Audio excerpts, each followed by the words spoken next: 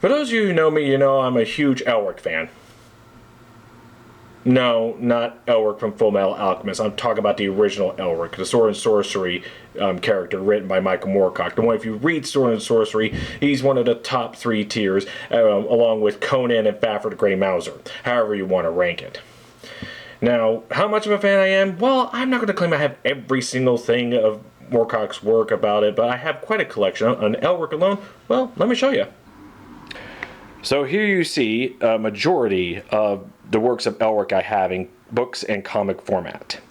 Now I do have a couple single issues of comics of like from the single ones of the original 6-book run from the 80s and 90s, and a couple magazines like a heavy metal magazine that features Elric, and a Star Reach which has an Elric story in it illustrated by Robert Gould, who did the illustrations for these two. But I digress here. I didn't bring those out. Let's focus on all this. So the first Elric I've read was copies of these. My mother had these 2 copies years ago. This is the famous 2-part set that up until the 80s was all the Elric stories at the time. The first 3 were here: Elric of Melnibone, Sailors of the Seas of Fate, and Weird of the White Wolf. Part 2 had the Vanishing Tower, Bane of the Black Sword, and Stormbringer. And of course later he did more stories after that. Now, as I say, I read my mother's copies that was introduced to me from my great uncle, who I told was interested in Sword and Sorcery like Conan, so he introduced me to Elric, and this is what I read through in high school. And my cousin gave me these 2 copies right here because she knew I was trying to get into that, so she figured I didn't have to. But I wanted to get the White Wolf editions.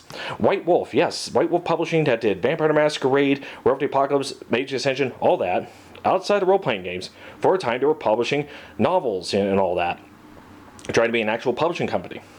And one is they had Borealis, which is newer stories, but they have Borealis Legends that include authors like Harlan Ellison, Fritz Leiber, and of course Michael Moorcock. These were 2 of a 15-volume set, which is right here. On that top shelf I have, that's all 15 volumes there minus the 2 Elrics. I have let's see, volume 1 is the Eternal Champion itself, Von Beck, Hawk Moon, Nomads of the Time Stream, Road Between the Worlds, Quorum of Karma and Chaos, that's the first 3 Quorum books, Sailing to Utopia, Cain of Mars, Dancers at the End of Time, the second Quorum book, with the last 3. There was another one at the End of Time series, Earl Abeck, and Count Brass. So with that, it was a full 15-volume set. I was getting that at the time of the 90s. I was glad to get it. But the 2 Elric ones, you got the first one, Songs of Black Sword, and the Stealer of Souls. And the reason why I was aiming at this one, because not only was this more the up-to-date revised version that Moorcock was written, these also included the books that these 2 didn't have. That is Fortress of the Pearl and Revenge of the Rose. Let's move on here. Of course, in the early 2000s, you had the Moonbeam Road trilogy, which includes The Dream Thief's Daughter, The Skraeling Tree, and The White Wolf's Son. You can get these available in 1 volume here, along with these in a new volume and what have you. But moving along here, of course, Elric had a new novel a few years ago, Citadel of Forgotten Myths. I did a review on this one. Another White Wolf Publishing, this is an anthology of Elric stories written by other authors. Carly Wagner, Jody Lynn Nye, and 19 others. Neil Gaiman and all that stuff. So this is where Moorcock allowed other writers to make Elric stories. Let's get into comics. This stack right here are the original 6 books of these adapted into comic format back in the 80s and up to the 90s. I don't have one of them, which is the Bane of the Black Sword. I need to remedy that, which I could get through Titan Comics. But they're not all a single volume, because I got Elric of Melnibone, that's the book that adapted to this. I do have, let's see, of course the second book, Sailor on the Seas of Fate. The Dreaming City is here after that. Weird of the White Wolf, these are wonderfully adapted ones, almost word for word from the book. A Vanishing Tower, and of course Stormbringer. And once I get Bane of the Black Sword, I'll have a complete run of that. However, it's not the only thing they ever did. Elric, let's see, The Making of the Sorcerer, this is a prequel to Elric of Melnibone, the first book. This is where Elric is in a series of trials through Dream Quest to gain, help gain Sorcerer's power, and through if he succeeds in that, he becomes a new emperor. You're going to try and stop it. This is illustrated by Walter Simonson. This is done back in the early 2000s. I think this is also adapted in prose form in one of the Del Rey books. So just FYI. Of course, once you read The Eternal Champion as well as Elric, you can read something like this, The Multiverse. This is available right now through Titan Books as well. This was originally done by DC Vertigo. And so there's that. Now, if you want new Elric stories, Bond Dessinée, you can't go wrong with that. The ones that are produced, these are produced in English by Titan Comics. I think Glenn Knott does the French version as original. I have Elric the Ruby Throne, 2 copies of that, and I have 2 copies of Stormbringer Volume 2, The White Wolf, Dreaming City, and Elric the Necromancer. The next volume, as the time I'm making this video, will show up in October of 2026, so keep an eye on that one. Oh, this one down below, this is just Elric the Ruby Throne in a bigger version, special edition. Now, this one right here, again by Titan Comics, The Moorcock Library of Elric, done by 2 artists and writers. One is Philippe Droulet, one of the famous 4 who helped start Heavy Metal Magazine, or Metal Hollande in France, and James Cawthorne. Now, the first Bond Dessinée adaptation of Elric is Philippe Droulet, is what you see on the cover. I don't have the exact details in my head. Long story short, due to copyright issues, he couldn't, they stopped making this one for the longest time. He adapted a lot of the art into a different story called Ragael or something like that. But I guess now you can get it here. And Moorcock said in an interview that he really loved that, even though it had little to do with the story. And then there's James Cawthorne, who is an English artist and all that. And he was the one who did the first illustration of Elric ever. So if you see through this, you got James Cawthorne's story and his adaptation of the final book, Stormbringer, right here. Wonderful one. Oh, James Cawthorne also did a wonderful adaptation of Hawkmoon as well. Check that out, also by Titan Books. So you see all the, so you see Stormbringer adapted here. And after that, you get Elric the Necromancer by Philippe Droulet.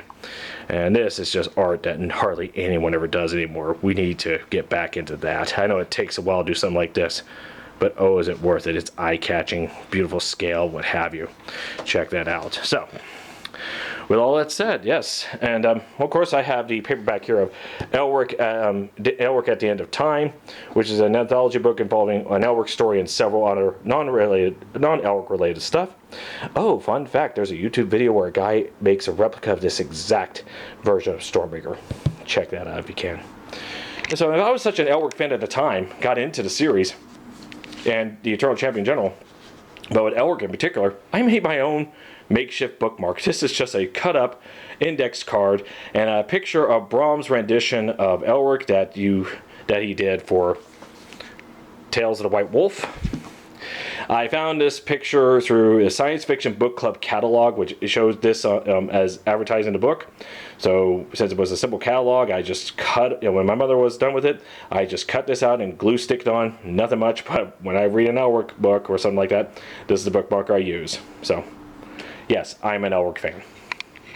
So where am I getting at with all this? Well, Elric, as popular as he is in the sword and sorcery genre, has a lot of fans dedicated throughout the years from the 60s on up. You probably don't know much about it unless you're a reader of it, and you start going down a rabbit hole of books, comics, music.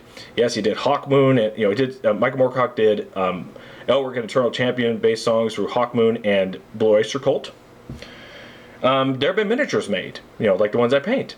Games Workshop did it way back in the day, and of course you could tell, once you read into this, you could tell how it influenced the Warhammer fantasy battles, the High Elves, the Dark Elves, and Chaos, because they practically stole from that one. I say practically, no, they flat out stole from them. And they just don't give credit. It'd be fine if they gave credit where credit is due, but that's not the case. But I digress. But you don't find, there's no movie adaptation. They tried multiple times and failed. But something new did come along recently. And I have a friend of mine who understands I'm a huge fan of it. And he knows I've been since we're reading in high school. Harvenger Studios, through Savage Crucible, we now have an Elric action figure. My friend was telling me who's an avid collector of toys and all that. He looked about. He's been saying that they were trying to do a Conan, but since everybody was doing a Conan once it got public domain here, they decided to go along and do something different. And this is, this is definitely different from your average sword and sorcery one. Instead of barbarian, we got the black armored, former emperor, sorcerer, adventurer, Elric sellsword. So this is wonderful. That's why I'm going to make this video. I'm making an unboxing right here so you can see what it's all about. It opens up here so you can see the figure, but I'll show you that in a minute. On the inside here is a little text. For those, for those who don't know who Elric is, this gives an introduction. It says, Michael Moorcock, born in 1939 in London, is one of the most influential figures in modern fantasy and science fiction. He began publishing in his teens, and by the early 1960s had introduced Elric of Melnibone, a character who stood apart from the heroic figure common at the time. Elric was frail, dependent on sorcery and a cursed sword for strength. His stories helped establish a fantasy anti-hero as a central and accepted archetype within modern fantasy literature. Moorcock also developed the Eternal Champion multiverse, a network of interconnected stories in which characters like Elric, Corum, and Hawkmoon serve as incarnations of the same figure across parallel worlds. This concept of linked realities and a conflict between law and chaos has a lasting influence on later fantasy writers and role-playing games. From 1964 to 71, Moorcock edited New Worlds magazine, becoming a leading voice in the New Wave movement under his direction. The magazine published experimental science fiction and socially engaged writing, expanding the field's possibilities.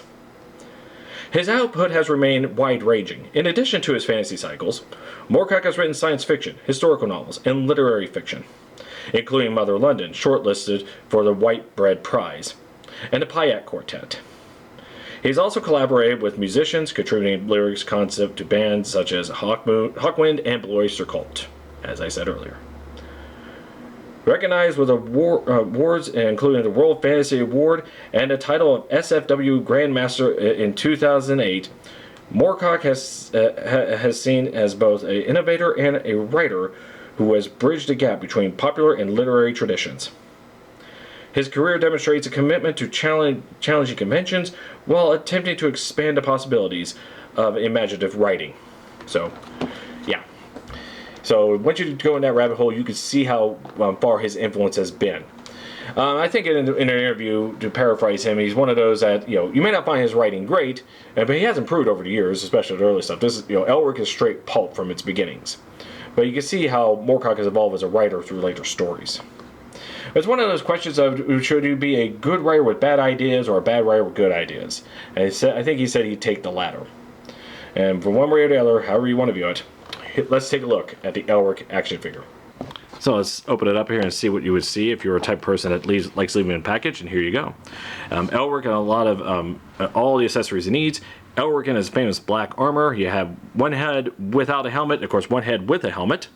Behind the second head there is the Shield of Chaos, right there. And there's a little flask vial. You see this in the Bond Destiny right here. Sorry for the reflection. Oh, fun fact, you put this up into a black light, it will glow in the dark. That is neat.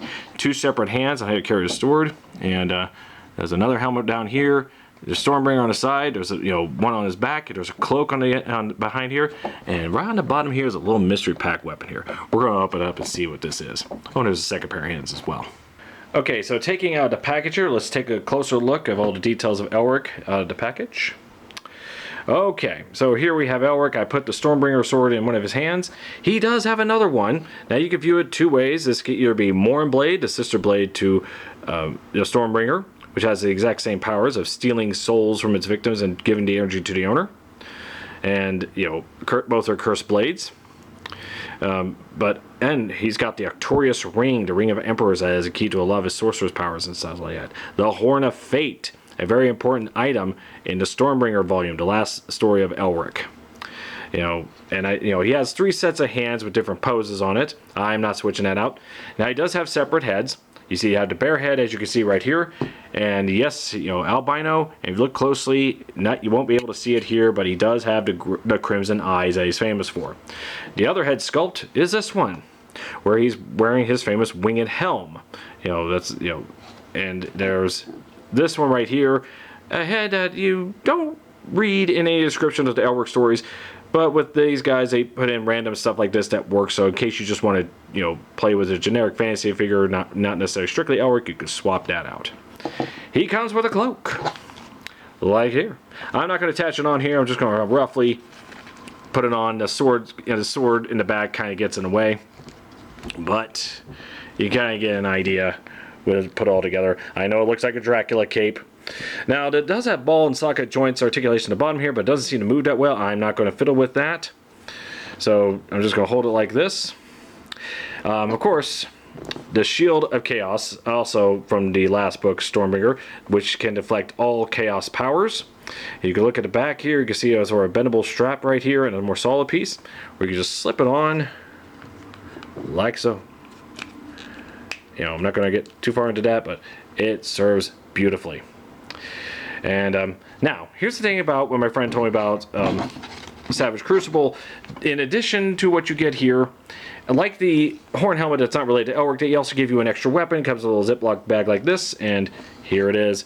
Just, again, nothing to do with Elric in particular. This is just another nice sword that, you know, that could be for any of the miniatures or what have you. Or not miniatures, but any of the figures. I'm so used to making miniature videos.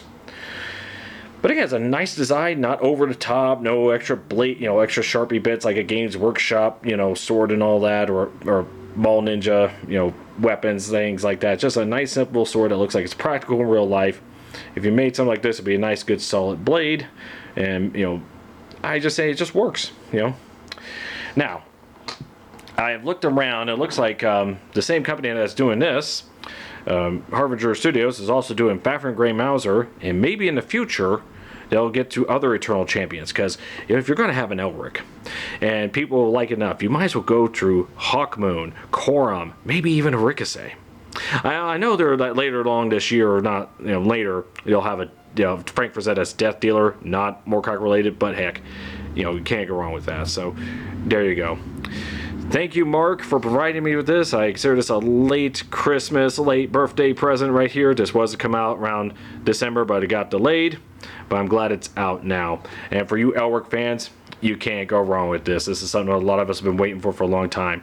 We got books, comics, we got miniatures if you look for it. Heck, even Crooked Dice Miniatures have done a Tragic Hero miniature, which is just a dead Elric one right there.